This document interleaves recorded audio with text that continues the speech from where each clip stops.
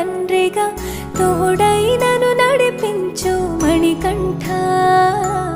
కష్టాలే తరిమినా కన్నీరే ముంచిన నీవే నాకు దిక్కు కదా అయ్యప్ప.